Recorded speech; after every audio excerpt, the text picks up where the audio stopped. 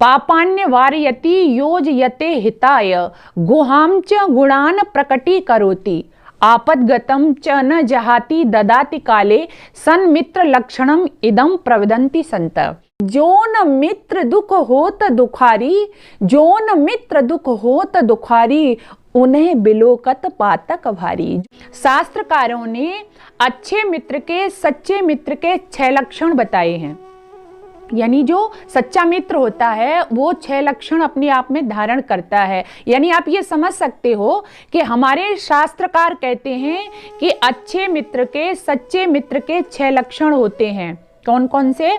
पापान्य वारयति योजयते हिताय गुहां च गुणान् प्रकटीकरोति आपद्गतं च न जहाति ददाति काले सन्मित्र लक्षणम इदं प्रवदन्ति संत।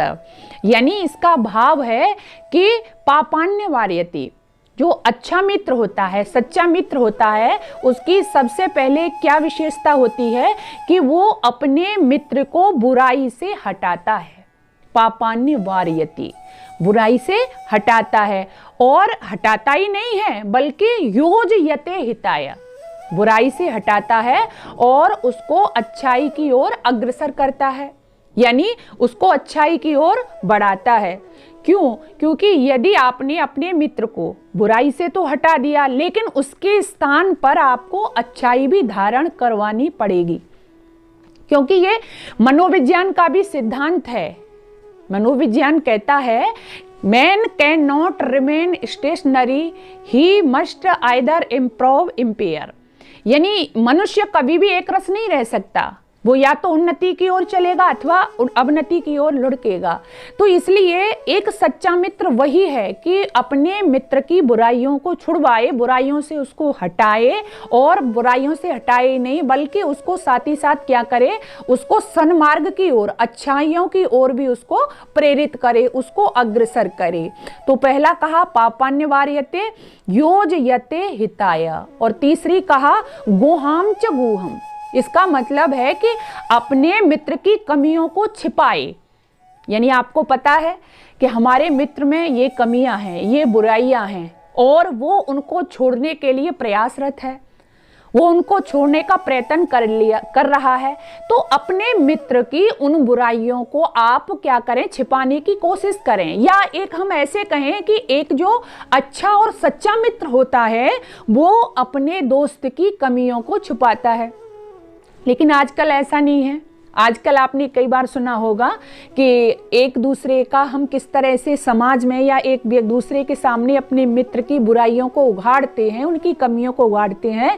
हम कहते हैं जी हमारे वो मित्र हैं, हमसे तो उनकी कोई बात छुपी नहीं है, और फिर एक एक करके अपने मित्र की कमियों का डिडोरा समाज में पीट देते हैं, दूसरे लोगों को बताना शुरू कर देते हैं। तो अच्छे मित्र के ये लक्षण नहीं हैं। क्या करे? कमियों को छुपाए, गुणान प्रकटीकरोति। और यदि आपके मित्र में जो अच्छे गुण हैं उनका क्या करो, उनका प्रकटीकरोति, प्रकट करो, उनका वर्णन करो, उनका प्रचार प्रसार करो समाज में अपने अच्छे। क्योंकि आपका मित्र बुराई छोड़ रहा है, अच्छाई धारण कर रहा है, आपके मित्र में अच्छे गुण हैं, उनको सबको कहो, बताओ। लेकिन ऐसा भी हम नहीं करते हैं।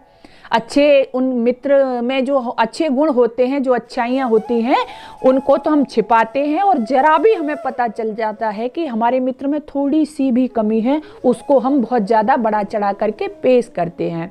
तो शास्त्रकारों ने क्या कहा कि जो सच्चा मित्र होता है वो छुपाने योग्य बातों को छुपाता है और गुणों को, अच्छे गुणों को समाज में प्रकट करता है। और आगे क्या कहा, आपदगतम च न जहाति ददाति काले। अपने मित्र को, यदि आपका मित्र विपत्तियों में, आपत्तियों में फंसा हुआ है तो क्या करो, उसको सहयोग करो, उस विपत्ति से बाहर निकालो, उसकी मदद करो। आर्थिक स्थिति में, आर्थिक विपत्ति में आपका मित्र फंसा हुआ है, और ऐसे समय में यदि आपने अपने मित्र की सहायता कर दी तो आपकी मित्रता की जड़ें और पाताल तक पहुंच जाएंगी। हमेशा ध्यान रखिए, अपने मित्र की हमेशा ऐसी स्थिति में क्या करिए, मदद करिए, सहायता करिए। ये कहा, ये अच्छे मित्र के लक्षण होते हैं। आप देख सकते हैं किस तरह से हमारे यहाँ एक जब मित्रता के लिए कहा जाता है तो सबसे पहले जो सर्वप्रथम हर व्यक्ति के जुबान पर या दिमाग में एक उदाहरण आता है वो किसका आता है? भगवान श्री कृष्ण का आता है। भगवान श्री कृष्ण के जीवन में मित्रता किस तरह से मायने रखती है, किस तरह से महत्व रखती है, उसको कोई भूल नहीं सकता है। साथ साथ में पढ़े थे कौन? सुदामा और कृष्ण। लेकिन सुदामा तो बेचारा निर्धन हो चला, उसको तो खाने के भी लाले पड़ गए, और उधर कृष्ण राजा हो जाते हैं। बहुत दुख पा रहे हैं सुदामा। पत्नी के कहने पर तुम्हारे मित्र हैं, चले जाइए। रोजाना सुशीला कहती हैं अपने पतिदेव से, पतिदेव जाइए ना, तुम बड़ा कहा करते थे कि मेरे मित्र राजा है, मेरा मित्र बहुत बड़ा आदमी है, एक बार जाकर के तो देखिए। जब बार बार कहा पत्नी ने, थोड़े से चावल दबाए और चल दिए अपने मित्र से मिलने के लिए। मित्र से मिलने के लिए पहुंचे, उनके महल के पास में पहुंचते हैं। बहुत भव्य महल है भगवान श्री कृष्ण का। जाकर के खड़े हो गए, द्वारपाल वहां पर लगे हुए हैं, निहार रहे हैं उसको, देख रहे हैं महलों की सुंदरता को। इतने विशाल महल। द्वारपालों ने पूछ लिया कौन हो? बस मुस्कुरा दिए और कहने लगे कि यहाँ पर कृष्ण रहते हैं ना? द्वारपालों ने कहा कि हाँ रहते हैं। बताइए लेकिन आप कौन हो? तो कहते हैं मुस्कुराकर कि मैं कृष्ण का मित्र हूं। द्वारपालों को लगा कि इतने गंदे से कपड़े, ये बूढ़ा व्यक्ति, तो एक बार विश्वास ही नहीं हुआ। उन्होंने कहा कि कहाँ से चला आया भगवान कृष्ण को अपना मित्र बताने वाला। लेकिन सुदामा ने कहा नहीं, मैं मित्र हूं। एक बार तुम यदि मेरा विश्वास नहीं कर रहे हो तो एक बार जाकर के कृष्ण से कह दो, पूछ लो, बता दो उनको। द्वारपालों ने कहा रुक जाइए बाबा, ठहर जाइए। द्वारपाल गए, भगवान कृष्ण के सामने जाकर के कहा कि एक व्यक्ति है, बाहर खड़ा हुआ है, बड़ा दुर्बल सा उसका शरीर है, मैले कुचैले कपड़े पहने हुए हैं, और वो व्यक्ति अपने आप को क्या कह रहा है? नाम बता रहा है अपना, सुदामा। ओह, धोती पटी सी लटी दुपटी, और पाय उपाय नके नहीं सामा, द्वार खड़ो द्वज दुर्बल देख रयो चकिसो, वसुधा अभिरामा, पूछत दीन दयालु को धामा, बतावत आपनो नाम सुदामा। जब सुना कृष्ण ने सुदामा कि हाँ, सुदामा कि हाँ, बस दौड़ पड़े, अपने सिंहासन को छोड़ दिया। आंखों में आंसू आते जा रहे हैं। सुदामा सुदामा सुदामा बोलते बोलते दौड़ करके आते हैं, और जहां पर वो मित्र खड़ा था, बचपन का दोस्त, जाकर के अंक में भर लिया, अंक में लिपटा लिया। द्वारपाल भी देख रहे हैं कैसा मित्र है ये। गोदी में भर करके ले आए, राजमहल में जिस सिंहासन पर खुद बैठे थे उस पर बिठा दिया। देखे जा रहे हैं, एक टक निहारते जा रहे हैं। रानी रुक्मणी भी नहीं समझ पा रही हैं कि ये कैसा अतिथि है, ये कैसा मित्र है, ये कैसा दोस्त है। बस सिंहासन पर बिठाया, अपने मित्र के शरीर को पोंछा, झाड़ा, और आंखों में आंसू आ रहे हैं, रो रहे हैं, देख रहे हैं तुम्हारी ऐसी स्थिति हो गई, इतने थके हुए हो, शरीर सूख रहा है, कांटों खून नहीं है, पैर फटे हुए हैं, बिबाइयाँ फटे हुई हैं, कपड़े भी मैले कुचैले हैं, बस रोते जा रहे हैं। मैं आपसे कह रही थी ना कि मित्रता क्या होती है। वो मित्र था, सच्चा मित्र भगवान श्री कृष्ण।